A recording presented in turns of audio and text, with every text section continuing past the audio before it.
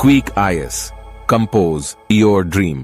Hello दोस्तों, quick ice में आपका स्वागत है। हमारे चैनल द्वारा लगातार एनसीईआरटी क्लास प्रोवाइड कराई जा रही है। ये क्लास 9th ज्योग्राफी के एनसीईआरटी है। जलवायु नामक जो चैप्टर है उसके बारे में बताया है, बिल्कुल मैप के थ्रू मैंने बताया है। वीडियो इसमें अलग अलग से ऐड किया गया है जिससे आपको चीज़ें समझ में अच्छे से आ जाए। वीडियो को पूरा देखिएगा। किसी क्वेश्चन में कोई डाउट होता है, कहीं भी डाउट होता है, कमेंट करके पूछेगा, उसका जवाब आपको दिया जाएगा। आप हमारे टेलीग्राम चैनल को ज्वाइन कर सकते हैं, उसका लिंक वीडियो कमेंट में शेयर कर दूंगा, आप ज्वाइन कर सकते हैं।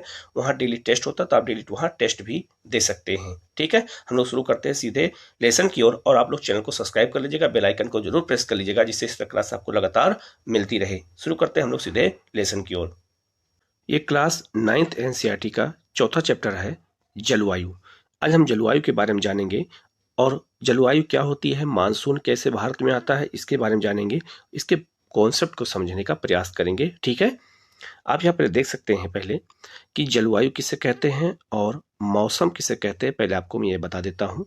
तो मौसम जो होता है ये अल्पकालीन घटना होती है। 1 सेकंड से लेकर 1 मिनट, 1 घंटा, 2 दिन, 4 दिन, 10 दिन, 1 साल, 2 साल, 10 साल की जो घटनाएं होती हैं उन्हें हम वायुमंडल की घटनाओं को मौसम कहते हैं। ठीक है, और इसी का जो दीर्घकालीन स्वरूप होता है उसे हम जलवायु कहते हैं। तो मौसम के औसत लगभग 50 साल के औसत को हम जलवायु कहते हैं। तो जलवायु अलग चीज हो गया और मौसम अलग चीज हो गया, हमें इस चीज को समझना होगा। ठीक है, तो चैप्टर में हम लोग शुरू करते हैं कि चैप्टर में क्या क्या इंपॉर्टेंट है, कहाँ किसकी क्या जरूरत पड़ सकती है। मैं सब कुछ चीजें आपको बताते हुए चलूंगा।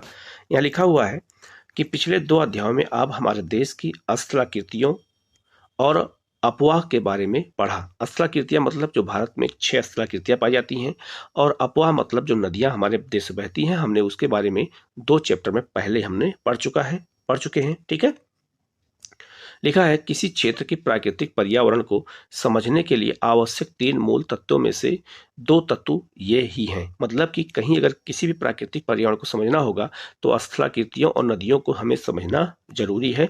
और तीसरा है हमारे देश की वायुमंडलीय अवस्था के बारे में। तो वायुमंडल भी हमारे देश के लिए बहुत जरूरी है, किसी भी पर्यावरण के लिए बहुत जरूरी है। तो वायुमंडल के बारे में हुई घटनाओं को यहाँ बताया गया है। लिखा है हम दिसंबर में ऊनी वस्त्र क्यों पहनते हैं। जाहिर सी बात है, ये क्वेश्चन पूछा जा सकता है एक सवाल के रूप में कि आप ये बताइए कि दिसंबर में ऊनी वस्त्र क्यों पहनते हैं। तो ऊनी वस्त्र हम इसलिए पहनते हैं क्योंकि ठंड का मौसम होता है। ठंड क्यों होती है तो हमें समझना होगा। ठीक है, अथवा गर्म मई का जो महीना होता है वो गर्म और जो है असुविधाजनक क्यों होता है, या जून जुलाई में वर्षा क्यों होती है। इन सभी प्रश्नों के उत्तर आप भारत की जलवायु का अध्ययन करके जान सकेंगे। तो इस अध्याय में हम लोग ये जानेंगे कि जो है गर्मी ठंडी क्यों पड़ती है, मई में गर्मी क्यों पड़ती है, और जून जुलाई में अधिक वर्षा क्यों होती है। ये सारी घटनाओं को हम इस चैप्टर में अच्छे से पढ़ेंगे। और जलवायु ऐसा चैप्टर है, यहाँ से क्वेश्चन आता है तो बच्चों का गलत होने का चांस ज्यादा होता है। क्यों? क्योंकि जो है बेसिक वहाँ मजबूत नहीं रहता है। तो यहाँ लिखा हुआ है एक विशाल क्षेत्र में लंबे समयावधि लगभग 30 वर्ष से अधिक, 30 से 50 वर्ष से अधिक में मौसम की अवस्थाओं और विविधताओं का कुल योग ही जलवायु है। तो याद रखना, मौसम की लंबी अवस्था को ही जलवायु कहते हैं, जैसा मैंने अभी क्लास की शुरुआत में बताया आपको। मौसम एक विशेष समय में एक क्षेत्र के वायुमंडल की अवस्था को बताता है। मौसम और जलवायु के तत्व कौन कौन से होते हैं, तो यहाँ क्वेश्चन पूछा जाएगा। बहुत इंपॉर्टेंट चीज है कि मौसम हो या जलवायु हो, इन दोनों के तत्व कौन कौन होते हैं। तो तापमान होता है, वायुमंडलीय दाब होता है, पवन होता है, आर्द्रता होती है, वर्षा एक ही होते हैं। मतलब कि चाहे मौसम हो और चाहे जलवायु हो, सबके तत्व यही होते हैं। इस चीज को याद रखना। ठीक है, आपने अवश्य ध्यान दिया होगा कि मौसम की अवस्था प्रायः एक दिन में ही कई बार बदलती है, लेकिन फिर भी कुछ सप्ताह, महीनों तथा वायुमंडलीय अवस्था लगभग एक समान ही बनी रहती है। मतलब कि मौसम जो है वो अल्पकालीन के लिए होता है, चाहे वो सप्ताह का हो चाहे महीने का हो। ठीक है, जैसे दिन गर्म या ठंडे, हवादार या शांत, आसमान बादलों से घिरा या साफ, आर्द्र या शुष्क हो सकते हैं। महीनों के औसत वायुमंडलीय अवस्था के आधार पर वर्ष को ग्रीष्म, शीत अथवा वर्षा ऋतुओं में विभाजित किया जाता है। ठीक है, तो इसका विभाजन का कारण क्या है मैंने बता दिया है। ठीक है, यहाँ लिखा है विश्व की अनेक जलवायु प्रदेशों में बांटा गया है। विश्व को अनेक जलवायु प्रदेशों में बांटा गया है। क्या आप जानते हैं कि भारत की जलवायु कैसी है तथा ऐसा क्यों है इस संबंध में हम इस अध्याय में पढ़ेंगे। तो भारत की जलवायु कैसी है इसको भी हम यहाँ पर जानेंगे। यहाँ लिखा हुआ है, आगे लिखा है, क्या आप जानते हैं मौसम शब्द की उत्पत्ति अरबी शब्द मौसिम से हुई है, जिसका शाब्दिक अर्थ है मौसम। मानसून का जो अर्थ है, एक वर्ष के दौरान वायु की दिशा में ऋतु के अनुसार परिवर्तन को ही मानसून कहते हैं। मानसून को भी हम अच्छे से आपको बताएंगे। यहाँ लिखा है, भारत की जलवायु को मानसूनी जलवायु कहा जाता है। याद रखना, भारत की जलवायु कैसी है, मानसूनी जलवायु है, क्योंकि जब मानसून आता है हमारे यहाँ तभी खूब हरे भरे जो है जंगल पाए जाते हैं और यहाँ पर खेती होती है। तो मानसून आने पर वर्षा हमारे यहाँ होती है, इसलिए हमारे जलवायु को मानसूनी जलवायु कहते हैं। आपसे यही क्वेश्चन पूछा जाएगा तो आपको ये क्वेश्चन सही करना पड़ेगा कि भारत की जलवायु कैसी है, मानसूनी जलवायु है। एशिया में इस प्रकार की जलवायु मुख्यतः दक्षिण और दक्षिण पूर्व एशिया में पाई जाती है। तो जो दक्षिण एशिया है, आप इस मैप पे देख सकते हैं, दक्षिण एशिया का मैप ये है। तो दक्षिण एशिया में कौन कौन देश आते हैं ये बात नोट कर लेना, जैसे भारत है, पाकिस्तान है, नेपाल है, भूटान है, बांग्लादेश है, श्रीलंका है, मालदीव है।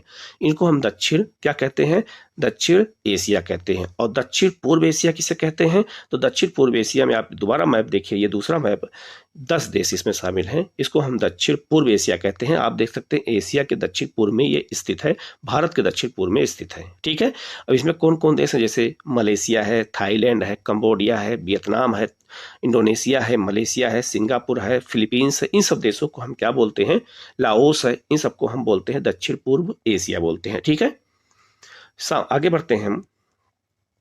सामान्य प्रतिरूप में लगभग एक रूपता होते हुए भी देश की जलवायु अवस्था में स्पष्ट प्रादेशिक भिन्नताएं होती है। मतलब भारत एक देश है, फिर भी यहाँ पे प्रादेशिक स्तर पे, क्षेत्र के स्तर पर जलवायु में भिन्नता देखने को मिलती है। जहाँ रेगिस्तान है वहीं पे पहाड़ हिमालय भी है।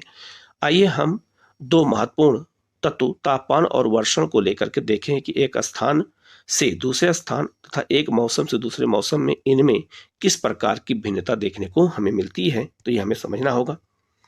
यह लिखा है, गर्मियों में राजस्थान के मरुस्थल में कुछ स्थानों पर तापमान लगभग 50 सेंटीग्रेड तक पहुंच जाता है, जबकि जम्मू कश्मीर के पहलगांव में लगभग तापमान 20 सेंटीग्रेड रहता है। ठीक है, सर्दी की रात में जम्मू कश्मीर में द्रास का तापमान -45 हो जाता है, जबकि जो है तिरुवनंतपुरम में तापमान 22 सेंटीग्रेड रहता है। दो समय की बात की गई है, ये समझना ध्यान से। पहला कह रहा है गर्मियों में, जब गर्मी में राजस्थान में तापमान 50 सेंटीग्रेड होता है, उसी समय जम्मू कश्मीर में 20 सेंटीग्रेड रहता है।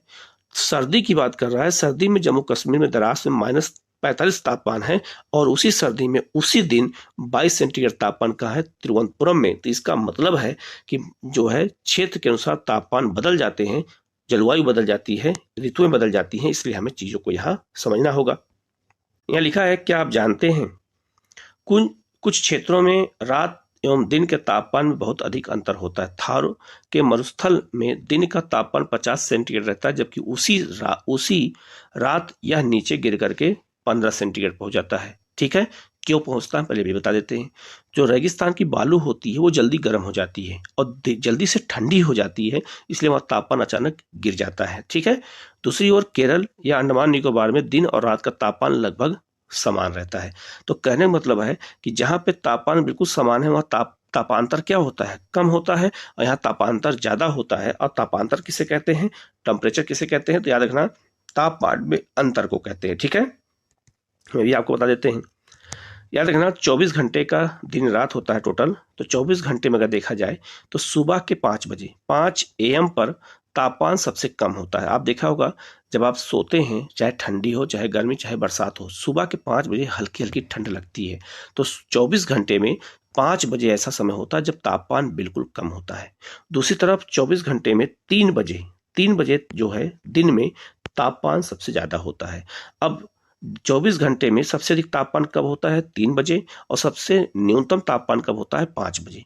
मान लीजिए दिन में तापमान है कितना है, मान लीजिए दिन में तापमान है 40 सेंटीग्रेड, 5 बजे का तापमान है 20 सेंटीग्रेड। तो जब दोनों का अंतर निकालेंगे तो दोनों का अंतर कितना हो जाएगा, 20 सेंटीग्रेड। यही 20 सेंटीग्रेड तापांतर कहलाता है, तापमान नहीं, तापांतर कहलाता है। तो यहाँ तापांतर की बात हो रही है। तो आप यहाँ देख सकते हैं, आप यहाँ देखिए यहाँ तापांतर ज़्यादा है, यहाँ 50 है, अचानक 15 हो जा रहा है। यहाँ पे क्या है, लगभग बराबर है, तो यहाँ तापांतर कम है, यहाँ तापांतर ज़्यादा है। इस शब्द को समझना बहुत ज़रूरी है। जब ज्योग्राफी में ऐसे क्वेश्चन आते हैं ना, तो वहाँ बच्चों को जो है बड़ा प्रॉब्लम होता है, आप क्वेश्चन कैसे हल करें, तो मेरे समझ में आया नहीं, कॉन्सेप्ट ही समझ में नहीं आ रहा है। अब आगे बढ़ते हैं। अब वर्षण की ओर ध्यान दें। तो वर्षण के रूप तथा प्रकार में ही नहीं बल्कि उसकी मात्रा और ऋतु के अनुसार वितरण में भिन्नता होती है। तो जो वर्षा होती है, याद रखना, वर्षा में भी जो है मात्रा और ऋतु के अनुसार परिवर्तन होता है। हिमालय में वर्षण अधिकतर हिम के रूप में होता है। तो हिम मतलब होगा बर्फ के रूप में, हिमालय में हिम के रूप में, बर्फ के रूप में वर्षा होती है। तथा देश के, ठीक है, तो देश के शेष भाग में यह वर्षा के रूप में होती है, अर्थात जल के रूप में होती है। वार्षिक वर्षा में विभिन्नता मेघालय में जो है 400 सेंटीमीटर से लेकर के लद्दाख और पश्चिमी राजस्थान में लगभग 10 सेंटीमीटर वर्षा होती है। अगर हम वर्षा के अंतर को देखें तो एक तरफ मेघालय में 400 सेंटीमीटर से अधिक वर्षा हो रही है, जबकि लद्दाख और रेगिस्तान में जो है 10 सेंटीमीटर से कम वर्षा हो रही है एक ही समय में। तो इसका मतलब है कि ये सब विभिन्नताएं क्यों हो रही हैं, तो क्यों, क्योंकि हमारा देश भौगोलिक रूप से अलग है। इसीलिए भौगोलिक चीज़ों को पहले समझना जरूरी है, तभी हम एनसीईआरटी में चीज़ों को समझ सकते हैं। कितनी अच्छी बातें इस एनसीईआरटी में दी गई हैं, पढ़ने के बाद लगता है कि हम कुछ अच्छी चीज़ पढ़ रहे हैं। ठीक है, तो इसलिए एनसीईआरटी को आप लोग बेस जरूर बनाइए। आगे लिखा है, देश के अधिकतर भागों में जून से सितंबर तक वर्षा होती है। तो हमारे यहाँ अधिकांश जो समय होता है जून से सितंबर वर्षा का समय माना जाता है। लेकिन कुछ क्षेत्रों में जैसे तमिलनाडु तट पर अधिकतर वर्षा अक्टूबर और नवंबर में होती है। अभी इसको हम बताएंगे आपको कि अक्टूबर और नवंबर में वर्षा क्यों होती है, अभी मैं आगे चर्चा आपसे करूंगा। ठीक है, आगे लिखा है, सामान्य रूप से तटीय क्षेत्रों के तापमान में अंतर कम होता है। आ गया ना, तापमान में अंतर मतलब क्या हो गया, तापांतर कम होता है। क्यों, क्योंकि वहां तापमान लगभग न ज्यादा गर्मी न ज्यादा ठंडी पड़ती है। यहाँ लिखा हुआ है, देश के आंतरिक भागों में मौसमी और ऋतुनिष्ठ अंतर अधिक होता है। मतलब कि जो आंतरिक भाग है, जैसे दिल्ली उल्ली में आप देखेंगे तो यहाँ मौसम में अंतर बहुत ज़्यादा होता है। दिल्ली में या यूपी बिहार में क्या होता है, अधिक गर्मी पड़ती है, अधिक ठंडी पड़ती है। ठीक है, लेकिन यहाँ पे अधिक गर्मी अधिक ठंडी नहीं पड़ती है तटीय क्षेत्रों में। कितनी अच्छी बात इस लाइन में कही गई है, यही सब क्वेश्चन एग्जाम में पूछे जाते हैं। उत्तरी मैदान में वर्षा की मात्रा सामान्यतः पूरब से पश्चिम की ओर घटती जाती है। जो हमारे यहाँ मैदानी क्षेत्र है, यहाँ वर्षा की मात्रा जो है पूरब में अधिक होती है, और जैसे जैसे हम पश्चिम की ओर जाते हैं वैसे ही वर्षा की मात्रा क्या हो जाती है, कम होती चली जाती है। इसको एक बार हम मैप के थ्रू समझने का पहले प्रयास करेंगे और फिर आगे हम बढ़ेंगे। यहाँ पर एक मैप हम समझेंगे, ये मैप दिया हुआ है, इस मैप को आगे हम व्याख्या करेंगे भी अभी आपसे कि मानसून कैसे आता है कैसे जाता है। याद रखिएगा जो उसने लाइन बोला है वहाँ कि जैसे जैसे हम पूरब से पश्चिम की ओर जाते हैं वैसे वर्षा की मात्रा कम होती जाती है। क्यों, क्योंकि यहाँ मानसून टकराता है बंगाल खाड़ी से, यहाँ वर्षा ज़्यादा होती है। लेकिन जैसे जैसे हम पूरब से पश्चिम की ओर जाएंगे वैसे वर्षा की मात्रा कम हो जाएगी। कितनी अच्छी लाइन वहाँ पे लिखी गई है, इस चीज़ को हमें समझना जरूरी है। ठीक है, आगे बढ़ते हैं हम लोग। यहाँ लिखा हुआ है, ये विभिन्नताएं लोगों के जीवन में विविधता लाती हैं। तो याद रखना, अगर वर्षा ठीक से नहीं हो रही है, मौसम ज़्यादा कठोर है, तो वैसे ही लोग कपड़े पहनेंगे, वैसे उनका रहन सहन होगा, वैसे ही उनका जीवन होगा, जो उनके भोजन, वस्त्र और घरों के प्रकार में दिखती है। बहुत बड़ा अंतर है कि ज्योग्राफी ही डिसाइड करती है कि तुम कौन से भोजन करोगे, तुम कौन सा वस्त्र पहनोगे और किस प्रकार के घर में रहोगे, ये ज्योग्राफी ही डिसाइड करती है। तो इस चीज़ को समझना होगा। ठीक है, आगे आते हैं। यहाँ लिखा हुआ है, जलवायु नियंत्रण। जलवायु को कौन कौन नियंत्रित करता है, ये हमें जानना है। बहुत महत्वपूर्ण है कि किसी भी देश की जलवायु को नियंत्रण में कौन लाता है। तो देश किसी भी क्षेत्र की जलवायु को नियंत्रित करने वाले 6 प्रमुख कारक हैं। 6 ऐसे कारक हैं जो किसी भी देश की जलवायु को नियंत्रण में लाते हैं। जैसे पहला है अक्षांश। मान लीजिए पृथ्वी है, तो पृथ्वी पर जो विषुवत रेखा है, ये कर्क रेखा है, ये मकर रेखा है, ये आपका पोल है, ये भी पोल है। तो अक्षांश डिसाइड करेगा कि आपका देश आप किस जलवायु में रहते हैं। अगर आप विषुवत रेखा पर हैं तो विषुवत रेखीय जलवायु में हैं, आप कर्क रेखा में हैं तो शीतोष्ण जलवायु में हैं, आप यहाँ पे हैं ध्रुव पे तो आप शीत जलवायु में हैं। तो अक्षांश डिसाइड करता है किसी देश की जलवायु को, इस चीज को समझना होगा। दूसरा, ऊंचाई भी जलवायु को नियंत्रित करती है। जैसे एक तरफ जो है जम्मू कश्मीर है, जम्मू कश्मीर में बर्फ गिरती है, वहाँ ठंडा मौसम रहता है। एक तरफ राजस्थान है, मैदान है, तो वहाँ पे गर्मी होती है। तो ऊंचाई भी निर्धारित करती है किसको? जलवायु को। वायु दाब, हम जिसे जो है क्या कहते हैं, वायुदाब जहाँ होता है, जिसे कहते हैं हम एक तरह से कि जहाँ पे वायु का प्रेशर ज़्यादा पड़ता है, तो वायुदाब अगर कहीं ज़्यादा होगा, मान लीजिए, तो वहाँ वर्षा ज़्यादा होगी। जहाँ वायुदाब कम होगा वहाँ वर्षा कम होगी। पवन तंत्र, पवन का दिशा निर्भर करती है कि किसी क्षेत्र में वर्षा कैसे होगी, क्या होगी। समुद्र से दूरी भी जलवायु को प्रभावित करती है, निर्धारित करती है। महासागरीय जलधाराएं जो चलती हैं वो भी डिसाइड करती हैं कि जलवायु कैसे होगी। और उच्चावच लक्षण, उच्चावच मतलब हो गया ऊंचे नीचे जो लक्षण होते हैं उनको भी देख करके हमें जो है ये डिसाइड हो जाता है कि जलवायु कैसी होगी। तो आपसे क्वेश्चन पूछा जाएगा कि जलवायु को नियंत्रित करने वाले कारक कितने हैं? तो ये 6 कारक को आपको अच्छे से याद करना पड़ेगा, नहीं तो आपके क्वेश्चन क्या हो जाएंगे? गलत हो जाएंगे। ठीक है,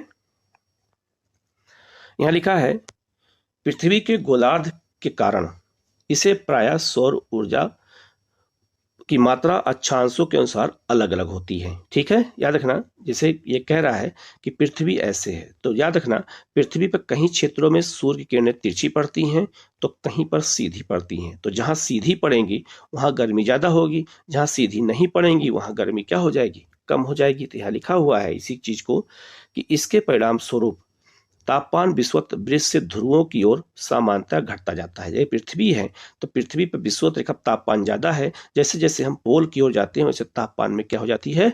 हमें घटती या कमी महसूस होती है। ठीक है, जब कोई व्यक्ति पृथ्वी की सतह से ऊपर की ओर जाता है तो वायुमंडल में सघनता कम हो जाती है, मतलब घनत्व कम हो जाता है और तापमान घट जाता है। तो जैसे जैसे हम ऊंचाई की ओर जाते हैं वैसे वैसे तापमान में क्या होती है? कमी आती है। इसीलिए पहाड़ियां गर्मी के मौसम में भी ठंडी रहती हैं, यही कारण है। ठीक है, किसी भी क्षेत्र का वायुदाब और पवन उस स्थान में अक्षांश और ऊंचाई पर निर्भर करती है। अगर मान लीजिए कहीं पर मैदान है तो वहां वायुदाब ज्यादा होगा, जहां पर पहाड़ है वहां वायुदाब कम होगा। वायुदाब याद रखना ठंडा और गर्म के आधार पर बनता है, आगे बताऊंगा अभी मैं। ठीक है, आगे लिखा है इस प्रकार यह तापमान और वर्षा के वितरण को प्रभावित करता है। समुद्र का जलवायु पर समकारी प्रभाव पड़ता है। याद रखना जैसे मान लो तट है, तो तट के अगर किनारे कोई, जैसे मुंबई हो गया, कोलकाता हो गया, चेन्नई हो गया, तो ये समुद्र किनारे हैं तो यहाँ तापमान कम होता है और यहाँ पे सम जलवायु पाई जाती है, ना तो ठंडी और ना ही गर्मी। लेकिन दिल्ली क्या है, ये देश के आंतरिक भाग में है, तो यहाँ से हवाएं ट्रांसफर नहीं हो पाती हैं, इसलिए यहाँ पे ज्यादा गर्मी भी पड़ती है और ज्यादा ठंडी भी पड़ती है। ठीक है, तो समुद्र किनारे जो जहाँ लोग रहते हैं, देखा होगा, इसीलिए वहाँ समुद्र किनारे लोग घूमने जाते हैं, क्योंकि वहाँ पे ना तो गर्मी पड़ती है, ज्यादा ठंडी पड़ती है। जैसे जैसे समुद्र से दूरी बढ़ती जाती है यह प्रभाव कम होता जाता है। ठीक है, आगे लिखा हुआ है हो जाता है तो और लोग विषम मौसमी अवस्थाओं को महसूस करते हैं। जैसे दिल्ली में बहुत गर्मी है तो बहुत ठंडी, इसे महाद्वीपीय अवस्था, गर्मी में बहुत अधिक गर्मी और सर्दी में बहुत अधिक ठंड कहते हैं, तो इसे महाद्वीपीय अवस्था कहते हैं। तो दिल्ली में अधिक गर्मी अधिक ठंडी पड़ने का कारण यही है क्योंकि उस समुद्र से दूर है, इसलिए यहाँ पे ज़्यादा ठंडी और ज़्यादा गर्मी पड़ती है। इसी प्रभाव को महाद्वीपीय प्रभाव कहते हैं। यही क्वेश्चन IAS में कई बार क्वेश्चन आया हुआ है, लोगों के पसीना छूट जाता है कि क्वेश्चन कहाँ से पूछा गया है, और क्लास 9th के NCERT में यहाँ अच्छे से दिया हुआ है, लेकिन फिर भी हम नहीं पढ़ते हैं NCERT को ठीक से, इसीलिए जो है हमसे क्वेश्चन पकड़ में नहीं आते हैं। ठीक है, आगे लिखा है महासागरीय धाराएं, महासागरीय धाराएं समुद्र से तट की ओर चलने वाली हवाओं के साथ तटीय क्षेत्रों की जलवायु को प्रभावित करती हैं। जो समुद्री जलधाराएं होती हैं वो भी क्या करते हैं, अगर गर्म जलधारा है तो वहाँ तापमान ज्यादा होगा, वर्षा ज्यादा होगी। अगर ठंडी जलधारा है तो तापमान कम होगा, तो वहाँ रेगिस्तान बन जाएगा। ठीक है, तो लिखा है उदाहरण के लिए कोई भी तटीय क्षेत्र जहां गर्म और ठंडी जलधाराएं बहती हैं, वायु की दिशा समुद्र से तट की ओर हो, तब वहां तट पर गर्म और ठंडा हो जाएगा, मतलब वहां पे या तो गर्मी पड़ेगी या तो ठंडी पड़ेगी। ठीक है, यहाँ एक क्वेश्चन पूछा गया है विश्व के अधिकतर मरुस्थल उपोष्ण कटिबंध भागों में स्थित महाद्वीपों के पश्चिमी किनारे पर क्यों पाए जाते हैं। यह क्वेश्चन IAS में पूछा गया है कि किसी भी देश में, किसी भी महाद्वीप में हमेशा पश्चिमी किनारे पर ही मरुस्थल क्यों पाए जाते हैं। मैं आपको कारण बता देता हूं। ठीक है, जैसे मान लीजिए यह अफ्रीका है, पहले मैं अफ्रीका का एक मैप बना देता हूं जिससे आपको चीजें समझ में आ जाए।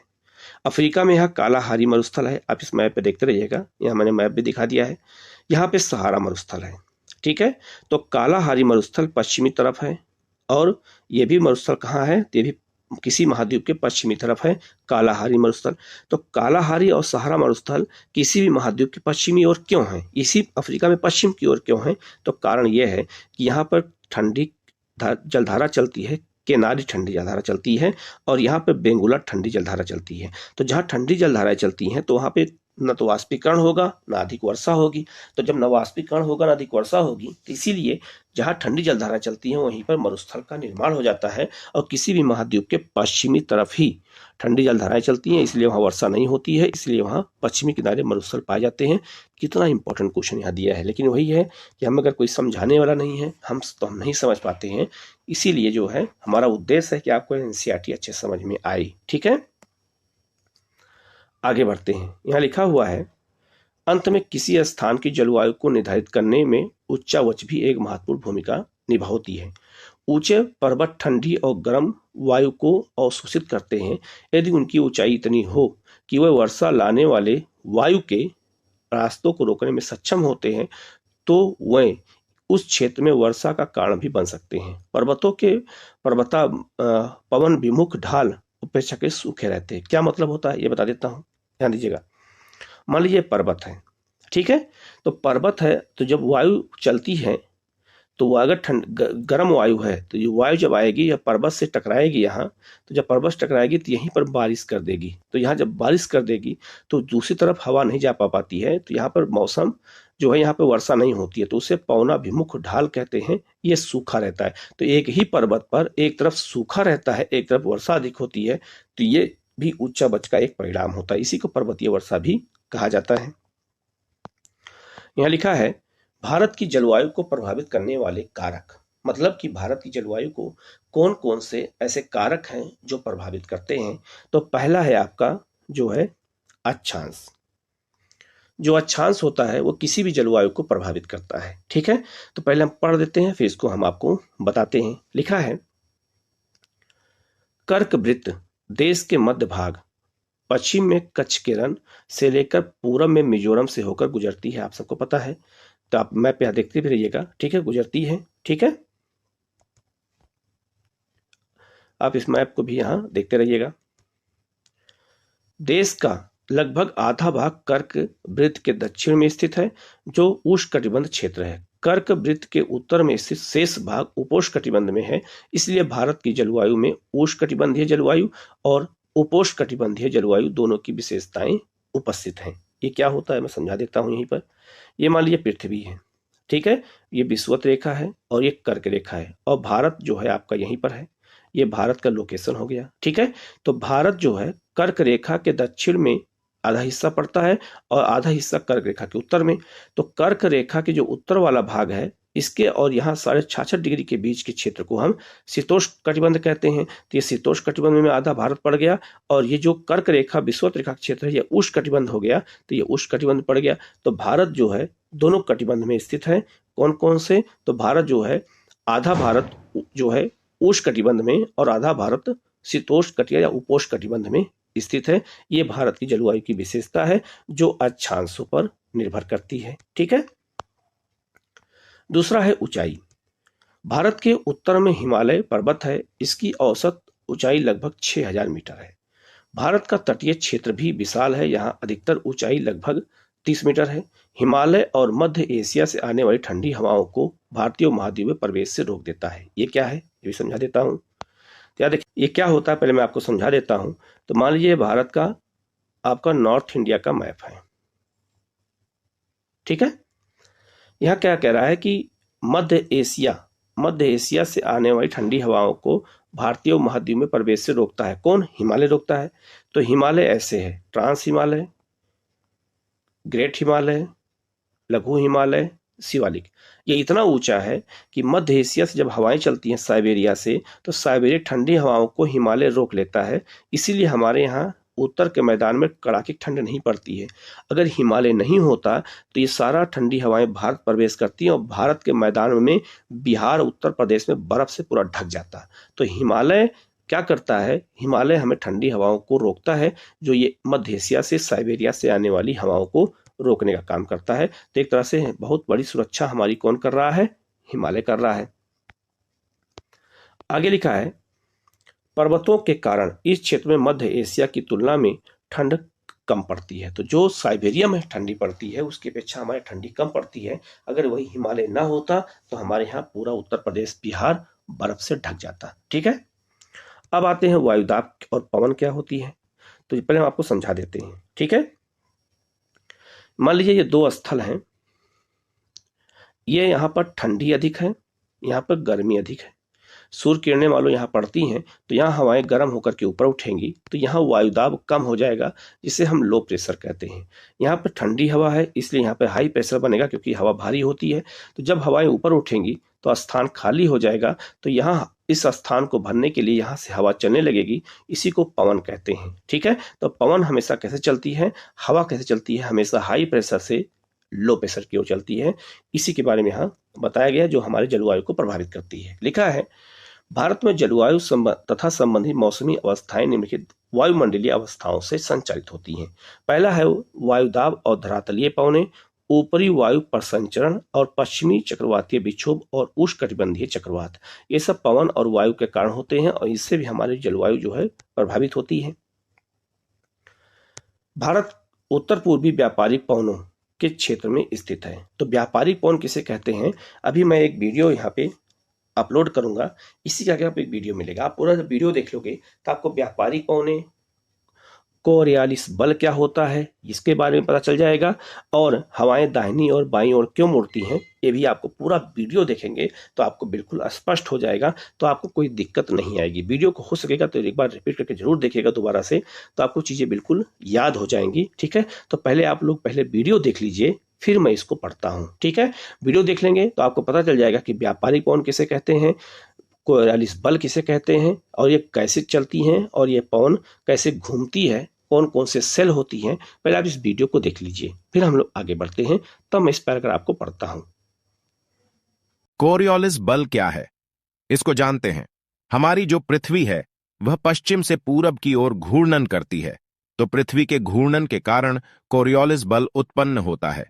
यह एक प्रकार का आभासी बल है, या कहें यह एक प्रकार का छद्म बल है, जो हमेशा गतिमान वस्तु के गति और दिशा को प्रभावित करती है। यह दक्षिणी गोलार्ध में हवाओं को बाईं ओर विक्षेपित करने में तथा उत्तरी गोलार्ध में दाईं ओर विक्षेपित करने में मदद करता है। इसकी सबसे प्रथम जानकारी फ्रेंच विद्वान जे कोरियोलिस ने दिया था, इसलिए इसे कोरियोलिस बल कहते हैं। बाद में इस बल को फेरेल महोदय ने स्पष्ट किया था, इसलिए इसे फेरेल का नियम भी कहते हैं। 5 डिग्री उत्तरी गोलार्ध तथा 5 डिग्री दक्षिणी गोलार्ध को विषुवत रेखीय निम्न वायुदाब की पेटी कहा जाता है। इस क्षेत्र में सूर्य की रोशनी लंबवत पड़ने के कारण अधिक तापमान रहता है, जिससे हवाएं गर्म होकर ऊपर को उठने लगती हैं। परिणामतः यहां निम्न वायुदाब का क्षेत्र बन जाता है। 30 डिग्री से 35 डिग्री अक्षांश के बीच इसका अधिकांश भाग पृथ्वी के घूर्णन के कारण नीचे उतरने लगती है। परिणाम स्वरूप इस प्रदेश में उपोष्ण उच्च वायुदाब पेटी का निर्माण होता है। हवाएं हमेशा उच्च दाब से निम्न दाब की ओर गमन करती है, इसलिए उपोष्ण उच्च वायुदाब पेटी से हवाएं विषुवत रेखीय निम्न वायुदाब प्रदेश की ओर गमन करती है, जिसे हम व्यापारिक पवनें कहते हैं। इसकी दिशा उत्तरी गोलार्ध में उत्तर पूर्व से दक्षिण पश्चिम की ओर होती है, तथा दक्षिणी गोलार्ध में इसकी दिशा दक्षिण पूर्व से उत्तर पश्चिम की ओर होती है। इसे हेडली सेल भी कहते हैं। पृथ्वी के घूर्णन के कारण 60 डिग्री से 65 डिग्री अक्षांश के बीच वायु विक्षेपित हो जाती है। परिणाम स्वरूप धरातल पर निम्न वायुदाब क्षेत्र का विकास होता है। इसे उपध्रुवीय निम्न वायुदाब की पेटी कहते हैं। 30 डिग्री से 35 डिग्री पर उपोष्ण उच्च वायुदाब की पेटी है। हवाएं उच्च वायुदाब से निम्न वायुदाब की ओर गमन करने की प्रवृत्ति के कारण उपोष्ण उच्च वायुदाब पेटी से उपध्रुवीय निम्न वायुदाब पेटी की ओर गमन करने लगती है।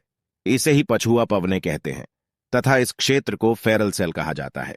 पछुआ पवनों की दिशा उत्तरी गोलार्ध में दक्षिण पश्चिम से उत्तर पूर्व की ओर तथा दक्षिणी गोलार्ध में उत्तर पश्चिम से दक्षिण पूर्व की ओर होती है। दोनों गोलार्धों में 90 डिग्री अक्षांश पर अर्थात ध्रुवों पर तापमान अत्यधिक कम होने के कारण हमेशा उच्च वायुदाब बना रहता है। परिणाम स्वरूप हवाएं ध्रुवों से उपध्रुवीय निम्न वायुदाब की ओर गमन करती है। इस हवा को ध्रुवीय पूर्वा पवनें कहते हैं तथा इस क्षेत्र को ध्रुवीय कोशिका या पोलर सेल कहते हैं। ध्रुवीय पवने की दिशा उत्तरी गोलार्ध में उत्तर पूर्व से दक्षिण पश्चिम की ओर होती है तथा दक्षिणी गोलार्ध में दक्षिण पूर्व से उत्तर पश्चिम की ओर होती है। तो आज हमने जाना कोरियोलिस बल के बारे में, व्यापारिक पवने, पछुआ पवने तथा ध्रुवीय पवने के बारे में, तथा इसी के साथ साथ फेरल सेल, हेडली सेल और पोलर सेल के बारे में जाना। यदि यह जानकारी आपको अच्छी तरह से समझ आ गई हो तो वीडियो को लाइक करें, अपने मित्रों के पास शेयर करें तथा आगामी वीडियो पाने के लिए चैनल को सब्सक्राइब करें। तो आपने वीडियो देख लिया होगा। अब आपको हमें पूरा विश्वास है कि आपको ये समझ में आ गया होगा कि व्यापारिक पवन किसे कहते हैं, ठीक है, कोरियोलिस बल किसे कहते हैं, ये आपको बिल्कुल अच्छे समझ में आ गया होगा। जो है उसका क्या प्रभाव पड़ता है, कौन कौन सी पवनें चलती हैं, सब यहाँ पर आपको पूरा वीडियो में देख लिया होगा। ठीक है, लिखा है भारत उत्तर पूर्वी व्यापारिक पवनों वाले क्षेत्र में स्थित है। ठीक है, तो याद रखना ये आपको हम देखो मैप पे वहां बताया भी गया था कि व्यापारिक पवन उत्तर पूर्व में चलती हैं। ठीक है, वीडियो जैसा आपने देखा होगा। ये पवनें उत्तरी गोलार्ध के उपोष्ण कटिबंधीय उच्च दाब पट्टियों से उत्पन्न होती हैं। ये दक्षिण की ओर बहती हैं। कोरियोलिस बल के कारण दक्षिणी ओर विक्षेपित होकर के विषुवतीय जो है निम्न दाब वाले क्षेत्रों की ओर बढ़ती हैं। सामान्यतः इन पवनों में नमी की मात्रा बहुत कम होती है क्योंकि ये जो है स्थलीय भागों पर उत्पन्न होती हैं और बहती हैं, इसलिए इन पवनों के द्वारा वर्षा कम या नहीं होती है। ठीक है, इस प्रकार भारत को शुष्क क्षेत्र होना चाहिए, लेकिन ऐसा नहीं है। ऐसा क्यों नहीं है? क्योंकि भारत जो है किस जलवायु में पड़ता है, तो भारत जो है मानसूनी जलवायु में पड़ता है। आगे लिखा है कोरियोलिस बल क्या होता है, तो पृथ्वी के घूर्णन के कारण, आपने ये वीडियो देखा होगा, मैं लेकिन फिर भी पढ़ दे रहा हूँ। वहाँ क्या बताया गया है कि पृथ्वी के घूर्णन के कारण उत्पन्न आभासी बल को कोरियोलिस बल कहते हैं। ठीक है, इस बल के कारण पवनें उत्तरी गोलार्ध में अपनी दाहिनी ओर और दक्षिणी गोलार्ध में अपनी बाईं ओर मुड़ जाती हैं। इसे फेरेल का नियम भी कहते हैं। मैंने यही आपको वीडियो में बताया होगा बिल्कुल आसान तरीके से, तो आपको ये पूरा समझ में आ गया होगा। यहाँ लिखा है कि भारत की वायु दाब और पवन तंत्र अद्वितीय है। शीत ऋतु में हिमालय के उत्तर में उच्च दाब होता है। ठीक है, तो याद रखना हिमालय के उत्तर में क्या होगा, उच्च दाब होगा। क्यों? क्योंकि वहाँ ठंडी हवाएं हैं। इस क्षेत्र में ठंडी शुष्क हवाएं दक्षिण की ओर निम्न दाब वाले महासागरीय क्षेत्र की ओर बहती हैं। ग्रीष्म ऋतु में आंतरिक एशिया और उत्तर पूर्वी भाग के ऊपर निम्न दाब का क्षेत्र उत्पन्न हो जाता है, जिस कारण गर्मी के दिनों में वायु की दिशा पूरी तरह से परिवर्तित हो जाती है। इसको भी पूरा मैं आपको समझाऊंगा आगे। वायु दक्षिण में स्थित हिंद महासागर के उच्च दाब वाले क्षेत्र से दक्षिण पूर्व दिशा में बहते हुए विषुवत रेखा को पार कर दाहिनी ओर मुड़ती हैं और भारतीय उपमहाद्वीप पे जो है क्या करती हैं, प्रवेश करती हैं। ठीक है, प्रवेश करती हैं, परिस्थित है निम्न दाब की ओर बढ़ने लगती हैं। इन्हें जो है क्या कहते हैं, तो दक्षिण पश्चिम मानसूनी पवनों के नाम से जानते हैं। ये पवनें कोश महासागरों के ऊपर से बहती हैं, मतलब गर्म महासागरों के ऊपर से बहती हैं और नमी ग्रहण करती है तथा भारत की मुख्य भूमि पर वर्षा कराती है। तो मानसून कैसे आता है अभी मैं मैप के थ्रू आपको बताऊंगा, तो आपको अच्छे समझ में आ जाएगा। यहाँ लिखा है ऋतुएं क्या होती हैं। तो भारतीय मानसून की विशेषता एक विशिष्ट मौसमी प्रतिरूप होता है। एक ऋतु से दूसरी ऋतु में मौसम की अवस्थाओं में बहुत अधिक परिवर्तन होता है। विशेषकर देश के आंतरिक भागों में ये परिवर्तन अधिक मात्रा में परिलक्षित होते हैं। तटीय क्षेत्रों में तापमान में बहुत अधिक भिन्नता नहीं होती है, यद्यपि यहाँ वर्षा के प्रतिरूपों पर भिन्नताएं होती हैं। आप अपने क्षेत्र में कितने प्रकार की ऋतुओं का अनुभव करते हैं? भारत में मुख्यतः 4 ऋतुओं की पहचान की जा चुकी है: शीत ऋतु, ग्रीष्म ऋतु, शुष्क क्षेत्रीय विविधताओं के साथ मानसूनी आगमन और वापसी का काल। तो मानसून जो वापस होता है उसको पढ़ना है, मानसून जो आगमन होता है उसको पढ़ना है और डिटेल में इसको पढ़ना है। तभी एक एक करके हम आपको सारी चीजें बताएंगे। हम आगे लिखा है शीत ऋतु। शीत ऋतु क्या है, तो उत्तर भारत में शीत ऋतु मध्य नवंबर से आरंभ होकर फरवरी तक चलता है। तो इसमें देखो आप मध्य नवंबर का महीना भी चल रहा है, तो नवंबर के महीने से आरंभ होकर के फरवरी तक शीत ऋतु होती है। ठीक है, क्यों होती है? क्योंकि सूर्य जो है दक्षिण की ओर चला जाता है, किस पर, मकर रेखा पर, इसलिए यहाँ पर सूर्य किरणें तिरछी पड़ती हैं, इसीलिए हमारे यहाँ उत्तर गोलार्ध में शीत ऋतु पड़ती है। तो उत्तर भारत में भी शीत ऋतु, क्योंकि उत्तर भारत किस गोलार्ध में पड़ता है, तो उत्तर भारत जो किस कटिबंध में पड़ता है, तो वो पड़ता है आपका उपोष्ण कटिबंध में। ठीक है, यहाँ लिखा है भारत के उत्तरी भाग में दिसंबर और जनवरी सबसे ठंडे महीने होते हैं। ये भी याद रखना कि जो उत्तरी भाग है आपका, उत्तरी जो उत्तर भारत है, वहाँ दिसंबर और जनवरी सबसे ठंडे महीने होते हैं। तापमान दक्षिण से उत्तर की ओर बढ़ने पर घटता जाता है। जैसे ठीक है, जैसे हम दक्षिण भारत से उत्तर भारत की ओर जाएंगे तो तापमान घटने लगता है। ये भी आपको पता चल गया। ठीक है, आगे लिखा है पूर्वी तट पर चेन्नई का औसत तापमान 24 सेंटीग्रेड से 25 सेंटीग्रेड के बीच होता है। कब होता है? ठंडियों में, जबकि उत्तरी मैदान में यह 10 सेंटीमीटर से 15 सेंटीमीटर के बीच रहता है। जैसे इस समय अगर बात करें तो इसमें तापमान कम है, लेकिन वहाँ चेन्नई में तापमान हमेशा ज्यादा होगा। क्यों? क्योंकि वो उष्णकटिबंध में पड़ता है। ठीक है, दिन गर्म और रातें ठंडी होती हैं। उत्तर में तुषाराघात मतलब जब बर्फ गिरती है सामान्य है, तथा हिमालय के ऊपरी ढालों पर हिमपात होता है। हिमपात मतलब क्या हो गया? बर्फ गिरती है। ठीक है, ठंडी ऋतु में ही, इस ऋतु में देश के उत्तर पूर्वी व्यापारिक पवनें प्रभावित होती हैं। यह स्थल से समुद्र की ओर बहती हैं तथा इसीलिए देश के अधिकतर भागों में शुष्क मौसम होता है। इसलिए शुष्क मौसम होता है कब? ठंडियों में।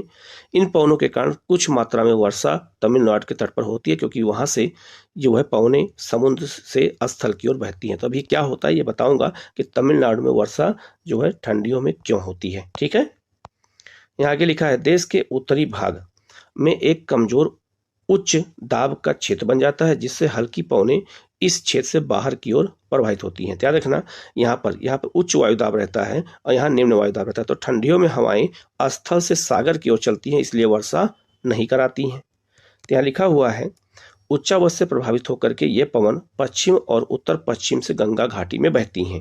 सामान्यतः इस मौसम में आसमान साफ रहता है। तो ठंडियों मौसम क्या होता है? साफ रहता है। तापमान और आर्द्रता कम होती है, पवनें शिथिल और परिवर्तित हो जाती है, मतलब उस समय हवाएं ठंडी चलती हैं। शीत ऋतु में उत्तरी मैदान में पश्चिम और उत्तर पश्चिमी से चक्रवाती विक्षोभ का अंतर प्रवाह विशेष लक्षण होता है। ये क्या होता है? ध्यान दीजिएगा, पहले बता देता हूं मैं। जैसे ये जम्मू कश्मीर का मैप है और ये पश्चिमी एशिया है और ये भूमध्य सागर है। तो भूमध्य सागर में जब चक्रवात आता है तो वहां से जेट हवाएं चक्रवात को लेकर के आती हैं और भारत में हवाएं प्रवेश कर जाती हैं। इसीलिए जो है इस समय जब आप देखेंगे, जब दिसंबर जनवरी का महीना आएगा तो यहाँ चक्रवात ज़्यादा आता है भूमध्य सागर में, और यहाँ से जब हवाएं आती हैं तो आ करके यहाँ पर हिमालय में बर्फ गिराती हैं और हवाएं ठंडी उतर करके मैदान में ठंडक पहुंचाती हैं। तो ये उसी के बारे में यहाँ बता रहा है। आगे आप पढ़ सकते हैं। देखो लिखा भी है कि शीत ऋतु में उत्तरी मैदान में पश्चिम और उत्तर पश्चिमी में चक्रवाती विक्षोभ का जो है अंतर प्रवाह विशेष लक्षण है। यह कम दाब वाली प्रणाली भूमध्य सागर और पश्चिमी एशिया के ऊपर उत्पन्न होती है। तो पश्चिमी एशिया में क्या होता है? चक्रवात उत्पन्न हो गया। और पश्चिमी पवनें, पछुआ पवनों को क्या कहते हैं? पश्चिमी पवनें कहते हैं। तो पछुआ पवनों के साथ भारत में प्रवेश कर जाती हैं। अभी मैंने आपको बताया, भारत प्रवेश कर जाती हैं। इसके कारण शीतकाल में मैदानों में वर्षा होती है और पर्वतों पर हिमपात मतलब बर्फ गिरती है, जिसकी उस समय बहुत अधिक आवश्यकता होती है। यद्यपि शीतकाल में वर्षा, जिसे स्थानीय तौर पर महावट कहा जाता है, तो पूछा जाएगा कि जो शीतकाल में वर्षा होती है उसे उत्तर भारत में क्या कहते हैं? क्या कहते हैं? तो उसे महावट कहते हैं। यही क्वेश्चन आ जाएगा, तो फिर गलत हो जाएगा। कुल मात्रा कम होती है, लेकिन ये रबी फसलों के लिए बहुत ही महत्वपूर्ण है। रबी फसल जैसे गेहूं, जौ, चना के लिए बहुत ही महत्वपूर्ण होती है, सरसों के लिए। प्रायद्वीपीय भागों में शीत ऋतु स्पष्ट नहीं होती है। जो आपका प्रायद्वीपीय भारत है ये कर्क रेखा के दक्षिण में है, तो यहाँ ये उष्णकटिबंध में पड़ता है, इसलिए यहाँ पे ठंडी गर्मी मतलब ठंडी का एहसास नहीं होता है। ठीक है, समुद्री पवनों के प्रभाव के कारण शीत ऋतु में भी यहाँ तापमान के रूप में ना ही के बराबर परिवर्तन होता, मतलब यहाँ कोई परिवर्तन नहीं होता है।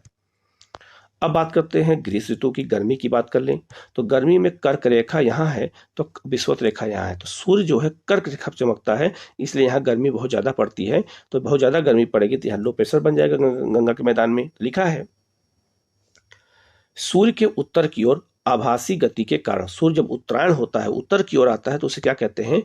उत्तरायण कहते हैं। ठीक है, भूमंडलीय ताप पट्टी उत्तर की ओर खिसक जाती है। तो याद रखना, जो गंगा का मैदान है यहाँ पे तापमान क्या हो जाता है? बहुत ज्यादा हो जाता है। अभी पूरा मैं बताऊंगा आगे, ठीक है, मैप के थ्रू। मार्च से मई तक भारत में ग्रीष्म ऋतु पर होती है। तो मार्च से मई तक हमारे यहाँ ग्रीष्म ऋतु पाई जाती है। इसके बाद वो आ जाता है आपका वर्षा ऋतु।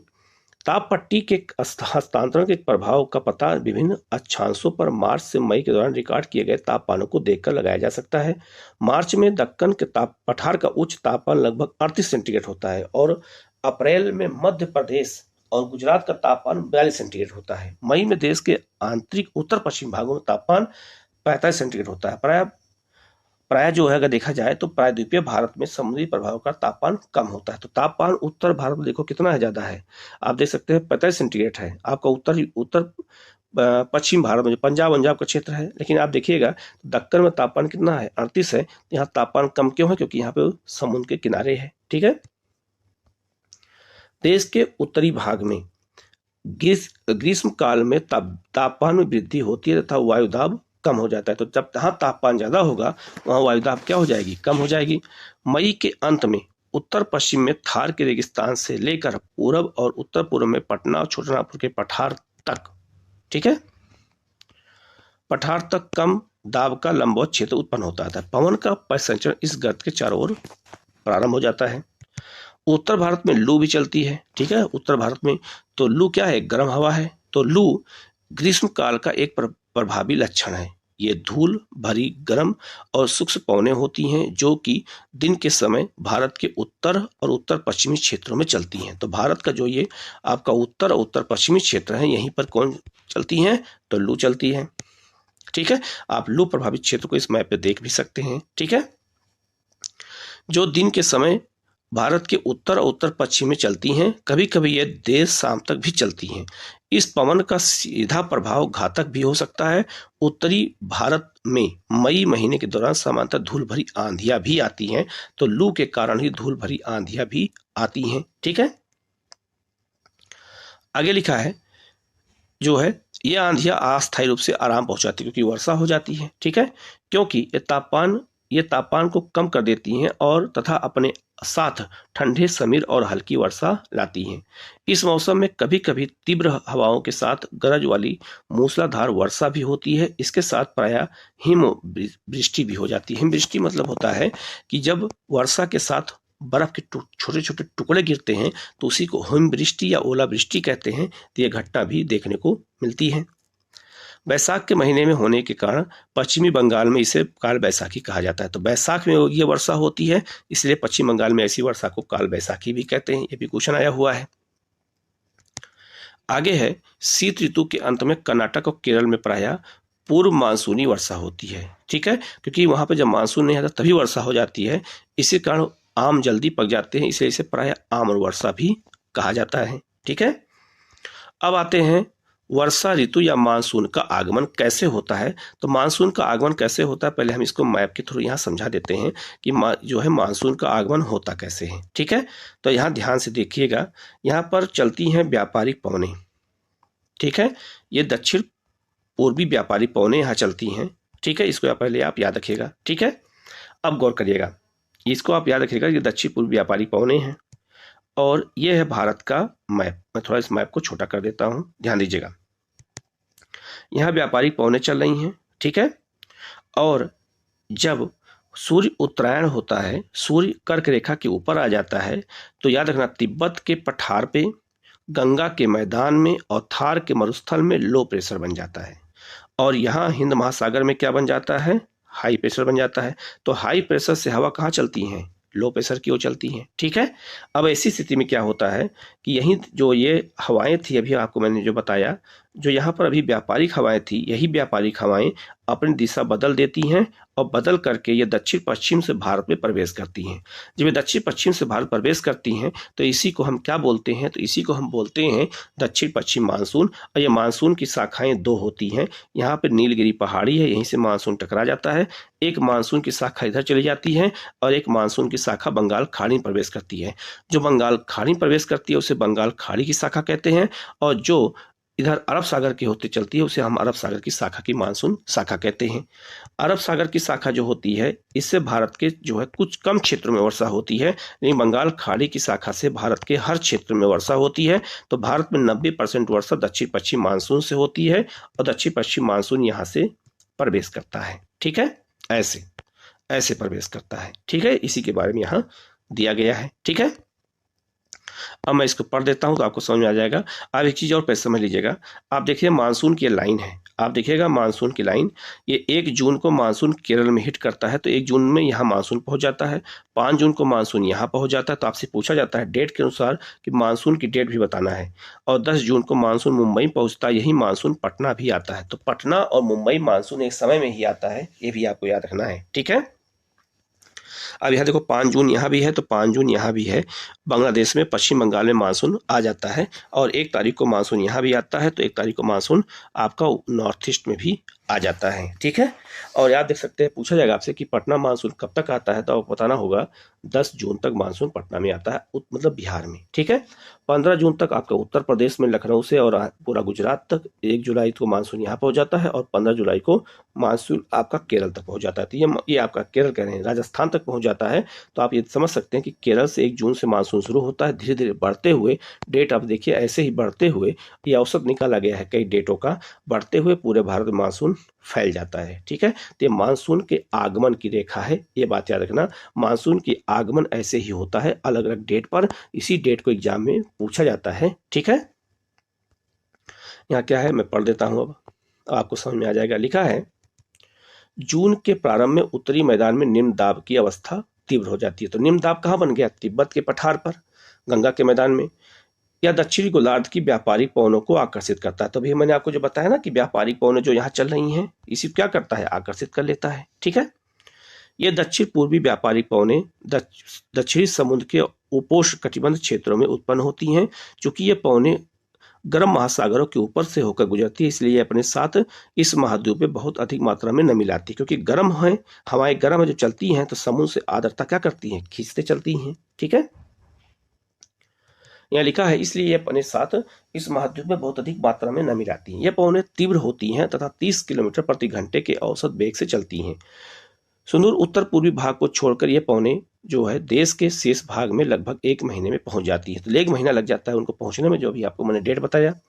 दक्षिण पश्चिम मानसून का भारत पे जो अंतर प्रवाह वहाँ के मौसम को पूरी तरह परिवर्तित कर देता है। मौसम के प्रारंभ में पश्चिमी घाट के जो है पवनाभिमुख भागों में भारी वर्षा होती है। तो होती है दक्कन का जो पठार और मध्य प्रदेश के कुछ भागों में वर्षा होती है। जब ये क्षेत्र वृष्टि छाया क्षेत्र में आते हैं, ये आगे बताता हूं मैं क्या है, ठीक है ना। और इस मौसम में अधिकतर वर्षा देश के उत्तर पूर्वी भागों में होती है। खासी पहाड़ी कहाँ है? तो आपका मेघालय में है। दक्षिणी श्रृंखलाओं में स्थित मासिन राम विश्व में सबसे अधिक औसत वार्षिक वर्षा प्राप्त करता है। गंगा के घाटी में पूरब से पश्चिम की ओर वर्षा की मात्रा घटती जाती है। राजस्थान और गुजरात में कुछ भागों में बहुत कम वर्षा होती है। तो पहले इसको हम समझा देते हैं, फिर आगे बढ़ते हैं, ठीक है। अब ये इसको देखिएगा, यहाँ जो अभी बात किया गंगा घाटी में देखना, जब पूरब से पश्चिम की ओर जाएंगे तो वर्षा की मात्रा क्या हो जाएगी? कम हो जाएगी, क्योंकि यहाँ पे आर्द्रता धीरे धीरे कम हो जाती है, पहला कॉन्सेप्ट। दूसरा, यहाँ पर है मेघालय या शिलोंग का पठार, यहाँ पे गारो की, खासी, जैंतिया की पहाड़ी है। तो मासिन राम में अधिक वर्षा क्यों होती है? ध्यान समझिएगा। तो यहाँ पर एक खासी पहाड़ी चांद के आकार की है, ठीक है। तो जब भारतीय मानसून यहाँ से आता है, बंगाल खाड़ी की मानसून, तो लंबा सफर तय करता है, यहाँ पे अधिक आर्द्रता पाता है। और यही जब बादल जा करके इन पहाड़ों के बीच में पहुंचता है तो बादल यहाँ फंस जाता है, और जब बादल यहाँ फंस जाएगा तो निकल नहीं पाएगा, इसलिए यहाँ अधिक वर्षा हो जाती है। इसीलिए मासिन राम में अधिक वर्षा होती है, क्योंकि यहाँ बादल फंसने के कारण, इसीलिए वहाँ बादल अधिक पाए जाते हैं, जिसे बादल को मेघ कहते हैं, इसीलिए उसका नाम मेघालय पड़ गया, ठीक है। अब आपको मुझे पूरा विश्वास है कि आप इस चीज को अच्छे से समझ गए होंगे, ठीक है। तो कि जो है मानसून का कैसे आगमन होता है मैंने पूरा बता दिया है, ठीक है। आगे बढ़ते हैं। तो जो चीज यहाँ पे बताया गया है उसी चीज को मैंने यहाँ समझाया है आपको। अभी वार्षिक वर्षा का जब हम मैप देखेंगे तो और हमें समझ में आ जाएगा। आगे लिखा है, मानसून से संबंधित एक अन्य परिघटना है वर्षा में विराम। कभी कभी क्या होता है, मानसून जब हमारे यहाँ आ जाता है तो कभी कभी वर्षा नहीं होती है। मानसून का समय चलता है, मान लीजिए कि 1 तारीख को 1 जून को वर्षा हुई, फिर 15 जून को होगी। कभी कभी पूरा महीना वर्षा नहीं होती, और कभी कभी वर्षा शुरू हो जाती है तो 1 महीना लगातार वर्षा होती है। जैसे पश्चिम बंगाल और बिहार में जो है 15-15 दिन लगातार वर्षा होती है, दिन रात वर्षा होती रहती है, थोड़ा थोड़ा मात्रा में। तो मानसून की विशेषता होती है। तो लिखा है, मानसून से संबंधित एक अन्य परिघटना क्या है? वर्षा में विराम। इस प्रकार इसमें आर्द्र और शुष्क दोनों तरह के अंतराल होते हैं। दूसरे शब्दों में मानसूनी वर्षा एक समय में कुछ दिनों तक होती है। इसमें वर्षा रहित अंतराल भी होते हैं। मानसून में आने वाले ये विराम मानसूनी गर्त की गति से संबंधित होते हैं। विभिन्न कारणों से गर्त और इसका अक्ष उत्तर और दक्षिण की ओर खिसकता रहता है, जिसके कारण वर्षा का स्थानीय वितरण सुनिश्चित होता रहता है। ठीक है, तो ऐसा किस लिए होता है? क्योंकि वर्षा का ऐसी वर्षा ही होती है जिससे वर्षा का वितरण हर जगह समान नहीं होता है। जब मानसून के गर्त का अक्ष मैदान के ऊपर होता है तब इन भागों में मानसून गर्त जानते किसे कहते हैं? जहाँ पे लो प्रेशर होता है, गंगा के मैदान में जो लो प्रेशर होता है उसे मानसून गर्त कहते हैं। ठीक है, भागों में वर्षा अच्छी होती है। दूसरी ओर जब अक्ष हिमालय के समीप चला जाता है तब मैदानों में लंबे समय तक शुष्क अवस्था बनी रहती है, मतलब मैदानों में तो वर्षा नहीं होती है तथा हिमालय की नदियों के पर्वतीय जल ग्रहण क्षेत्रों में विस्तृत वर्षा होती है। तो हिमालय में अधिक वर्षा होती इसीलिए है क्योंकि वहां तापमान ज्यादा अचानक हो जाता है।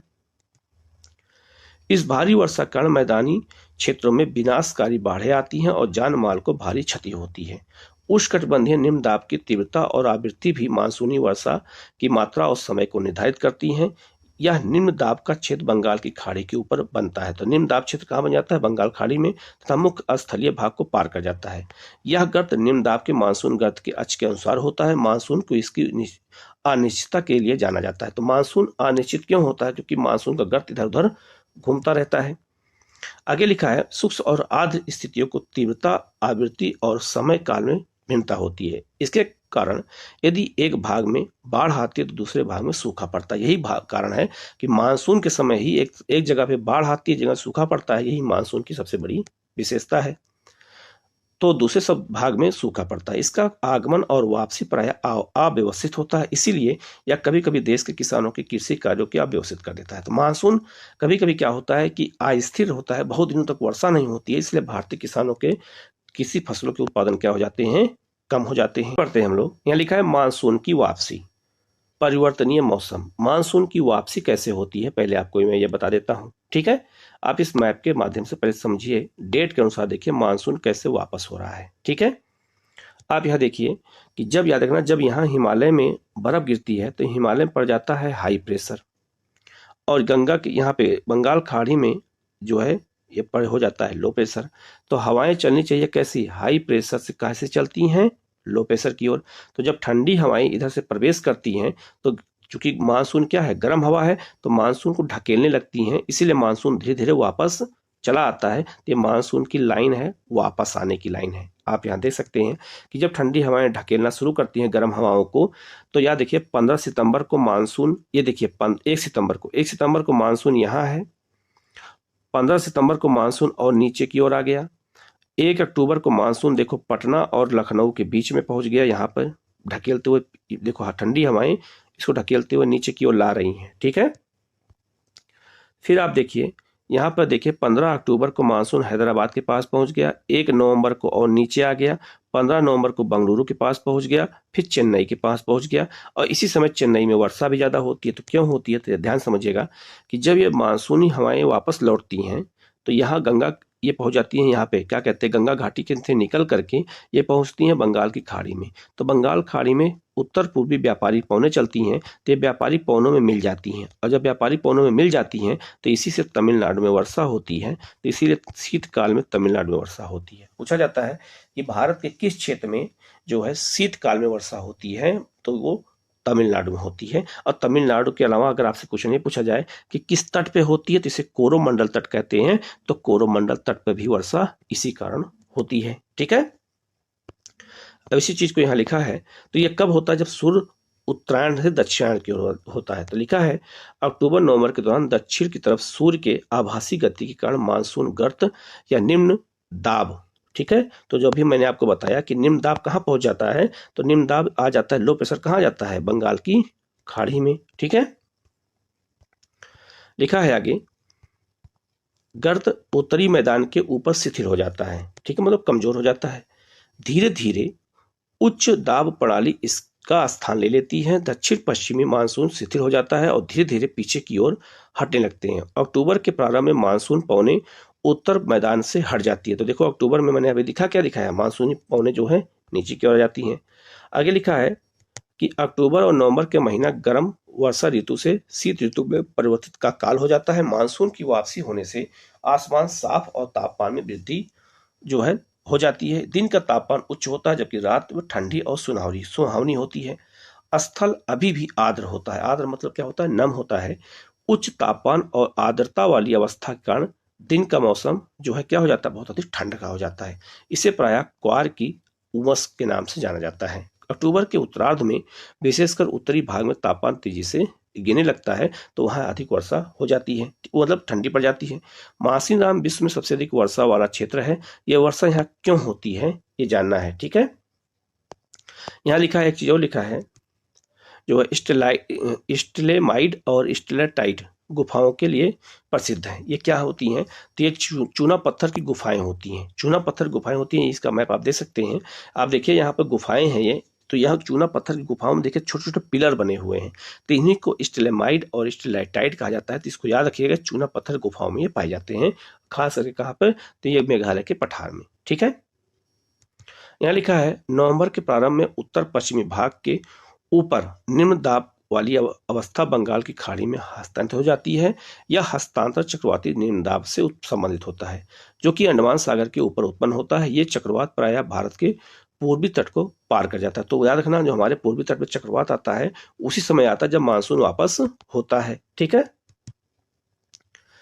जिसके कारण व्यापक और भारी वर्षा होती है। यह उष्णकटिबंधीय चक्रवात प्रायः विनाशकारी होते हैं। गोदावरी, कृष्णा, कावेरी नदियों के सघन आबादी वाले डेल्टा प्रदेशों में अक्सर चक्रवात आते हैं। तो याद रखिएगा, ये गोदावरी, ये कृष्णा, ये कावेरी जो डेल्टा होता है यहाँ पे चक्रवात बहुत ज्यादा आते हैं। ठीक है, जिसके कारण बड़े पैमाने पर जान और माल की क्षति होती है। कभी कभी यह चक्रवात उड़ीसा, पश्चिम बंगाल और बांग्लादेश के तटीय क्षेत्रों में पहुंच जाते हैं। कोरोमंडल तट पर अधिकतर वर्षा इन्हीं कारणों, चक्रवातों और अवदाबों के कारण होती है, जिसे अभी मैंने आपको बता दिया है। ठीक है, वर्षा का वितरण क्या होता है? तो वर्षा का वितरण भारत में कैसे होता है भी आपको बताता हूँ। लिखा है पश्चिमी तट के भागों और उत्तर पूर्वी भारत में लगभग 400 सेंटीमीटर वर्षा होती है, वार्षिक वर्षा होती है। किंतु वहीं पश्चिमी राजस्थान, ठीक है, पश्चिमी राजस्थान, ये वर्षा क्या है अभी दिखाता हूं मैं। ठीक है, पूरा दिखाता हूँ करके, पहले थोड़ा पढ़ देता हूँ। यहाँ लिखा है, और इससे सटे पंजाब, हरियाणा और गुजरात के भागों में 60 सेंटीमीटर से कम वर्षा होती है।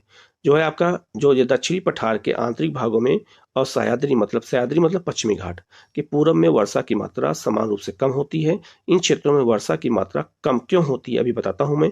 और इधर दूसरी तरफ क्या है, जम्मू कश्मीर के लेह में भी वर्षा की मात्रा कम होती है। क्यों होती है भी बताता हूं मैं। देश के शेष हिस्से में वर्षा की मात्रा मध्यम होती है। हिमपात हिमालय क्षेत्रों तक ही सीमित होता है। मतलब हिमपात जो है, जो बर्फ गिरती है, वो जो है हिमालय तक ही सीमित होता है, ये भी ध्यान रखना है। ठीक है, अब यहाँ देखिए, सबसे अधिक वर्षा वाले जो क्षेत्र देखिए, 400 सेंटीमीटर से अधिक वर्षा वाला क्षेत्र कौन है? ये वाला डार्क वाला है, और ये आपका नॉर्थ ईस्ट वाला है। पहले इसको मैप के ध्यान से समझ लीजिएगा। ठीक है, ये वाला क्षेत्र है, यहाँ अधिक वर्षा वाला देख सकते हैं। यहाँ अधिक वर्षा क्यों होती है? क्योंकि मानसून अचानक यहाँ टकराता है आके। यहाँ पश्चिमी घाट है, तो पश्चिमी घाट के इस तरफ वर्षा बहुत हो जाती है, लेकिन देखो यहाँ पे वर्षा कम है। देखो आप, यहाँ वर्षा कम है, 20 से 40 सेंटीमीटर। क्यों वर्षा यहाँ कम है?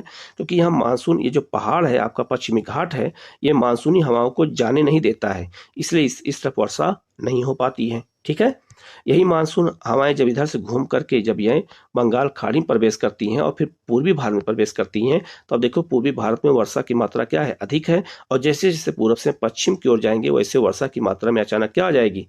कमी होती चली जाएगी। तो देखो हर लाइन पे वर्षा की मात्रा कम होती चली जा रही है। कितना अच्छा ये मैप बनाया गया है। अब आप देख सकते हैं लद्दाख में वर्षा कम क्यों होती है? ये लेह का क्षेत्र है, तो यहाँ जब मानसूनी हवाएं यहाँ पर जाती हैं, तो मानसूनी हवाओं को हिमालय रोक लेता है। जब हिमालय रोक लेता है तो मानसूनी हवाएं वहाँ नहीं पहुँच पाती हैं, इसीलिए जो है यहाँ मरुस्थल का निर्माण हो गया है। दूसरा, अगर हिमालय नहीं होता तो ये मानसूनी हवाएं क्या होती? ध्यान देना बेटा सब लोग, अगर हिमालय नहीं होता, ठीक है, ये हिमालय अगर नहीं होता तो मानसूनी हवाएं सीधे साइबेरिया की ओर निकल जाती और भारत में वर्षा होती ही नहीं। ठीक है, तो इन्हीं जो मानसूनी हवाएं हैं ये टकराती हैं किससे? ये टकराती हैं हिमालय से, और इसीलिए यहाँ पे वर्षा होती है, जिसे हम पर्वतीय वर्षा कहते हैं। ठीक है, अब ये आप बिल्कुल समझ गए होंगे। ठीक है, वर्षा का वितरण पूरा। तो अधिक वर्षा का क्षेत्र कौन है? आप देख सकते हैं अधिक वर्षा का क्षेत्र पश्चिमी घाट का क्षेत्र है। इसके अलावा आओ देखा जाए तो आपका जो है ये लक्षद्वीप है, अंडमान निकोबार है और उत्तर पूर्व का क्षेत्र है। मध्यम वर्षा का क्षेत्र ये है, और न्यून वर्षा का क्षेत्र ये है, और लद्दाख है। ठीक है, तो आपको पूरा समझ में अच्छे से आ गया होगा। ठीक है, आगे बढ़ते हैं हम लोग। यहाँ लिखा है मानसून की प्रकृति के परिणाम स्वरूप एक वर्ष से दूसरे वर्ष होने वाले वार्षिक वर्षा की मात्रा में भिन्नता होती है। वर्षा की विषमता निम्न वर्षा वाले क्षेत्रों जैसे राजस्थान, गुजरात के कुछ भाग, पश्चिमी घाटों के वृष्टि छाया प्रदेशों में अधिक होती है। तो यहाँ वर्षा न्यून होती है, अतः अधिक वर्षा वाले क्षेत्रों में बाढ़ें अधिक होती हैं, जबकि निम्न वर्षा वाले क्षेत्रों में सूखे की आशंका बनी रहती है। ठीक है। मानसून एक एकता का परिचायक है। हमारा मानसून हमारे देश की एकता को बनाए भी रखता है। कैसे? आप पहले ही पढ़ चुके हैं कि हिमालय अत्यंत ठंडी पवनों से भारतीय उपमहाद्वीप की रक्षा करता है। अभी मैं आपको बताया था। ठीक है, क्योंकि साइबेरिया की ठंडी हवाओं को मानसून हिमालय क्या करता है? रोक लेता है। इसके कारण अपेक्षाकृत उच्च अक्षांशों के बावजूद उत्तरी जो भारत है में निरंतर ऊंचा तापमान बना रहता है। ठीक है। इसी कारण प्रायद्वीपीय पठार के तीनों ओर से समुद्रों के प्रभाव के कारण ना तो अधिक गर्मी पड़ती है और ना ही अधिक ठंडी पड़ती है, क्योंकि यहाँ पे तीन तरफ से समुद्र है। ठीक है, पड़ती है। इस समकारी प्रभाव के कारण तापमान की दशाओं में बहुत कम अंतर पाए जाते हैं, परंतु फिर भी भारतीय प्रायद्वीप पर मानसून की एकता का प्रभाव बहुत ही स्पष्ट पड़ता है। पवन की दिशाओं का ऋतु के अनुसार परिवर्तन तथा उससे संबंधित ऋतु की दिशाएं ऋतु चक्रों को एक लय प्रदान करती हैं। ठीक है। वर्षा की अनिश्चितता, मतलब वर्षा कभी कभी ज्यादा होती, कभी कभी कम होती है, तो उसे कहते हैं वर्षा की अनिश्चितताएं, और उसका असमान वितरण मानसून का एक विशिष्ट लक्षण है। तो मानसून का एक विशिष्ट लक्षण हमारे यहाँ क्या है? वर्षा असमान होती है, और वो जो है उसका वितरण भी असमान देखने को मिलता है। संपूर्ण भारतीय भूदृश्य, इसके जीवन और वनस्पति, इसका कृषि चक्र, मानव जीवन, उनके त्योहार, उत्सव सभी इस मानसूनी लय के चारों ओर घूमते हैं। तो मानसून के कारण ही हमारा कृषि, हमारे त्योहार, हमारे जो है मानव जीवन, वनस्पतियां सब उसी के इर्द गिर्द घूमती रहती हैं। उत्तर से दक्षिण तथा पूरब से पश्चिम तक संपूर्ण भारतवासी प्रतिवर्ष मानसून के आगमन की प्रतीक्षा करते हैं। ये मानसून पवनें हमें जल प्रदान कर कृषि की प्रक्रिया में तेजी लाती हैं और संपूर्ण भारत देश को एक सूत्र में बांधती हैं। नदी घाटियां जो इन जलों का प्रवाह करती हैं, उन्हें भी एक नदी घाटी इकाई का नाम दिया जाता है। ठीक है। तो हमारे मानसून क्या होता है, जलवायु क्या होता है, मैंने पूरा बता दिया है। वीडियो को अच्छे से देखिएगा, जरूर आपको याद होगा। ठीक है। जहां डाउट लगे आप जरूर पूछिएगा। बाकी इसका मैं एक बोर्ड पे भी, मानसून को मैं बोर्ड पे भी आपको पढ़ा के भेजूंगा, वीडियो मिलेगा आपको, तो आपको और अच्छे समझ में आएगा। ठीक है। चीज़ों को मैं बना के दोबारा बताऊंगा, इस चीज़ को मैं वीडियो के माध्यम से बताऊंगा, तो आपको बहुत अच्छे से क्लियर हो जाएगा। ठीक है। यहाँ नीचे कुछ क्वेश्चन देख लेते हैं। दिखा है नीचे दिए गए स्थानों में किस स्थान पर विश्व में सबसे अधिक वर्षा होती है? तो मासिन राम में होती है। ग्रीष्म ऋतु में उत्तरी मैदान में बहने वाली पवन को निम्नलिखित में से क्या कहते हैं? लू कहते हैं। भारत में मानसून का आगमन निम्नलिखित में से कब होता है? जून से प्रारंभ होता है। ठीक है। निम्नलिखित में से कौन सी भारत में शीत ऋतु की विशेषता क्या होती है? तो शीत ऋतु की विशेषता यह होती है कि ठंडा गर्म दिन और ठंडी रातें। तो इसका आंसर हो जाएगा बी। ठीक है। तो ये कुछ महत्वपूर्ण क्वेश्चन थे, मैंने बता दिया है। अगला चैप्टर जो है वनस्पतियों का है वो बताऊंगा। तो क्लास 9th के एनसीईआरटी का चैप्टर बड़े बड़े हैं, इसलिए हमें एक एक चैप्टर को मैं बता रहा हूँ, इसको अच्छे से देखिएगा। कहीं कोई डाउट होता है कमेंट करके जरूर पूछेगा। हमारे चैनल को सब्सक्राइब कीजिए, बेल आइकन को प्रेस कीजिए, जिससे इस तरह क्लास आपको लगातार मिलती रहे। Okay, thank you.